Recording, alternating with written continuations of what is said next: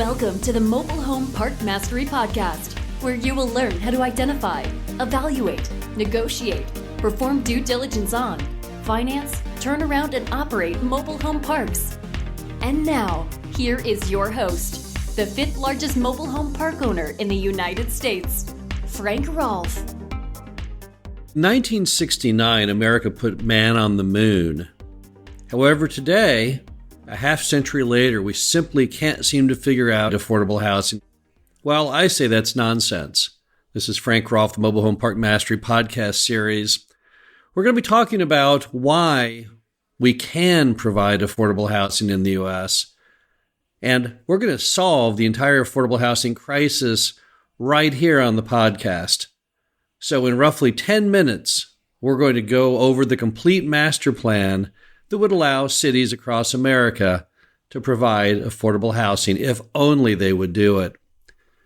The first thing you have to know about affordable housing is the most inappropriate place to put it is actually in the big city. If you look at our friends, our neighbors in Canada, where do they put their affordable housing? Well, they don't put it in the city.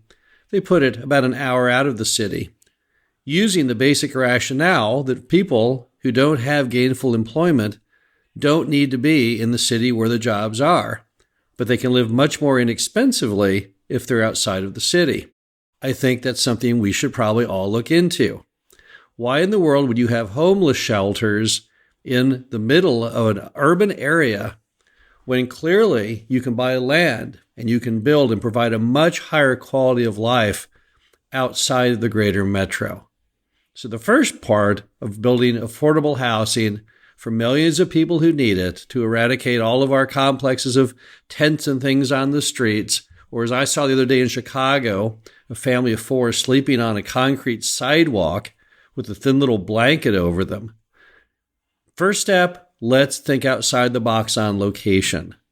You cannot build cheap housing in expensive areas.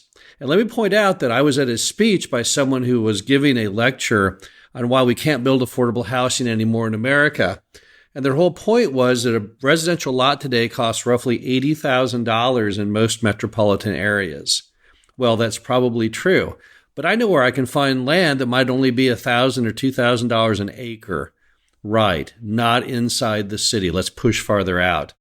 Number two, let's give up the nonsense of building these same old stick-built structures that we build right now with custom homes and things like that as part of the solution to affordable housing. Let's instead look a different direction. Let's look over to Russia.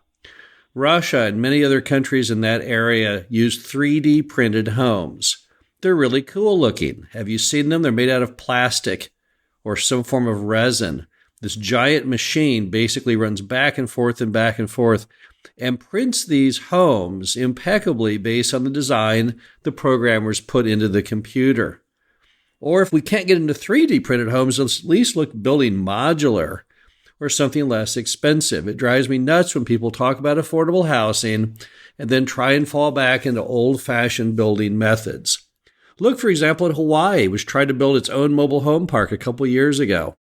By the time they got done building the park and then these little stick-built structures on it, they were in it to the tune of about $300,000 per dwelling.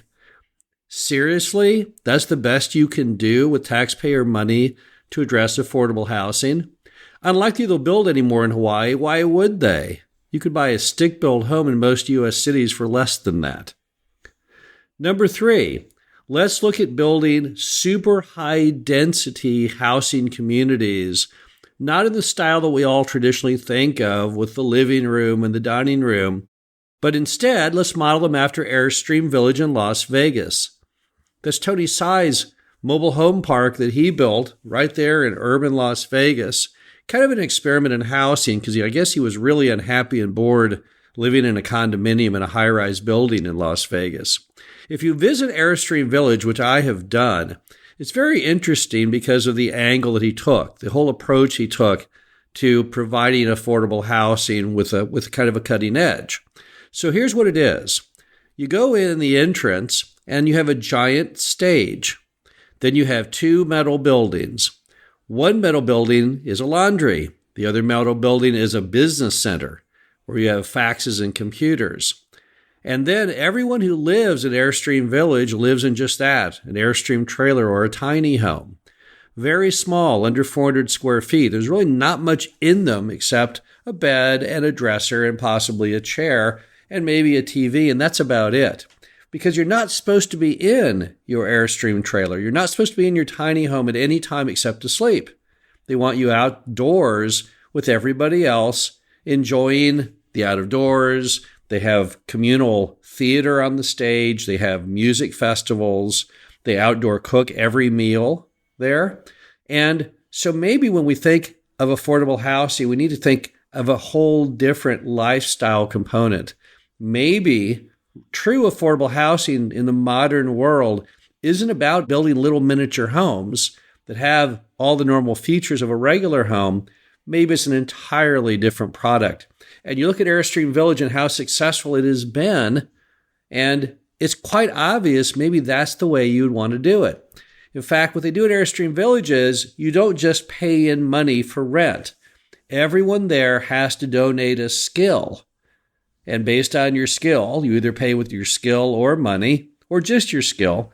And of course, if we were to build new affordable housing complexes on a whole new fresh sheet of paper, maybe that's something people should explore, having everyone that lives there donate their skill. Yes, I know it sounds a little bit like a commune, but maybe if we're going to radically change affordable housing, we have to get a little radical. The skills at Airstream Village range from people who are really good at cooking, they cook the communal meals, to entertainment. They're the ones up on the stage. There's one woman there that's all she does is paint. So she'll paint your trailer, either inside or outside, with any design you like. And they're always looking for new ideas of ways to entertain, of ways to have a better life. In fact, they have a note board there, and people are allowed to put up pictures or thoughts on the bulletin board for everyone to discuss openly. Kind of a communal way at looking at how they can have a shared higher quality of life. I think it's probably a pretty good idea.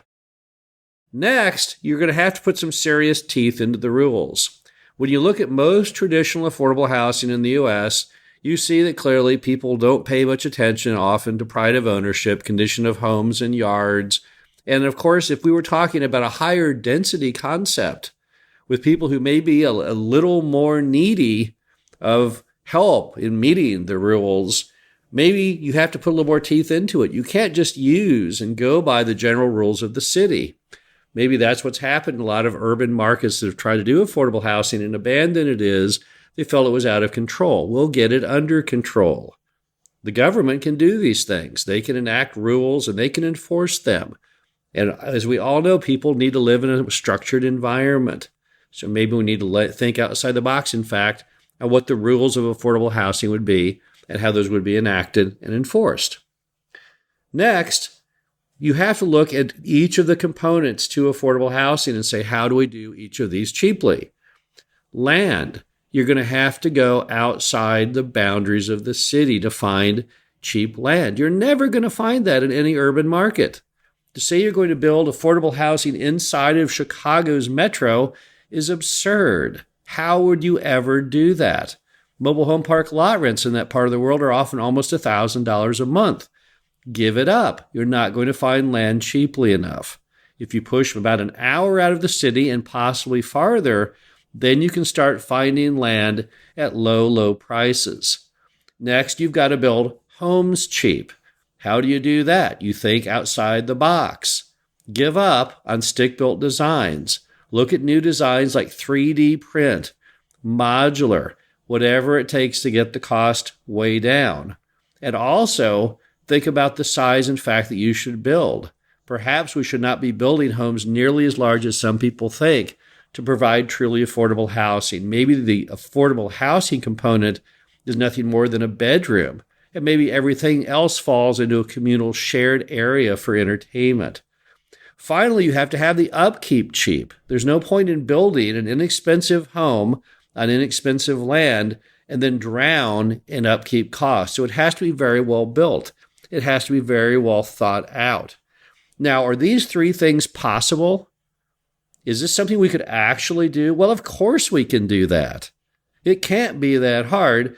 So then the question is, why don't we do it? Well, the first option would be, as a nation, we just don't care. We talk all the time about affordable housing, but it seems that the only people around who actually get involved in it are mobile home park owners. Everybody else just gives it lip service, but doesn't do a darn thing. So maybe we just don't care. Is that true? Do we not care about affordable housing? Well, I hope the answer to that is that we do as a nation care about it. If you could have seen that family sleeping on the sidewalk in Chicago, I'm pretty sure you would have said, gosh, that's not a very good idea. We need to help those people. So hopefully as a nation, we do care about affordable housing.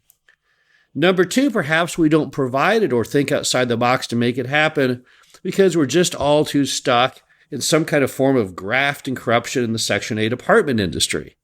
Is it true? I've always been very suspect of this whole situation between the government and Section 8 apartments. It seems that there always are new tax credits and issues that benefit apartment builders to build the supposed affordable housing, yet with absolutely no skin in the game on their part to ever actually create affordable housing because they get all the money they want on the rent paid by the U.S. taxpayer under the Section 8 program. Under that program, the resident only pays a certain portion of their income, which, if they have no income, is in fact zero. And we, the taxpayers, pay the full boat, full market rent on the apartment, just as though it was rented to anybody else's Class A space. Why are we always following in that rut? I don't know. Perhaps we should ask our politicians why that is, because they seem perfectly fine with it. But hopefully we can overcome that. I think most Americans are sick and tired of the ordinary at this point and want to look for something completely different. Finally, perhaps the reason we can't do it is that bureaucrats are just lousy business people. Let's look at what happened in Hawaii. Was that a success story? Clearly not. No one would say that building affordable housing at the price of over $300,000 per unit was a success story, so I know that's wrong.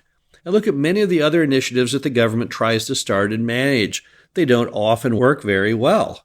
Look at what happened in some major cities with their transit designs.